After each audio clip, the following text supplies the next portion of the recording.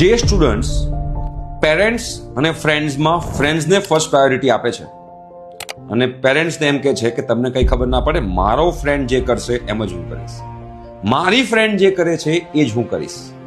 તો એ લોકોને મારો એક ક્વેશ્ચન છે, જ્યારે તમે લોકો કોલેજમાં સ્ટડી કરો છો, કોઈ કંપની જોબ અને પ્લેસમેન્ટ માટે આવે છે, ત્યારે જો એક જ વ્યક્તિને જોબ આપવાની હશે, ત્યારે શું તમારો ફ્રેન્ડ તમને એવું કહેશે કે તું મારો મિત્ર છે, તારા માટે મારી આ જોબ કુરબાન છે, તું જોબ લઈ લે? શું આ શક્ય છે?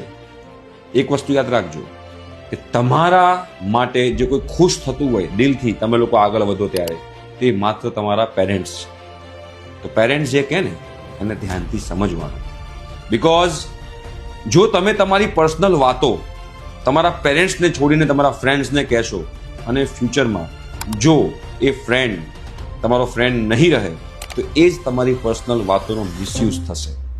તો આ ધ્યાનમાં રાખજો અને તમારા પેરેન્ટ્સ સિવાય કોઈ જોડે વાત ડિસ્કસ ન કરતા. તમારી જે પણ પર્સનલ વાતો હોય, તમારું શું કહેવું છે કમેન્ટ કરજો અને તમારા મિત્રોને આ શેર કરજો.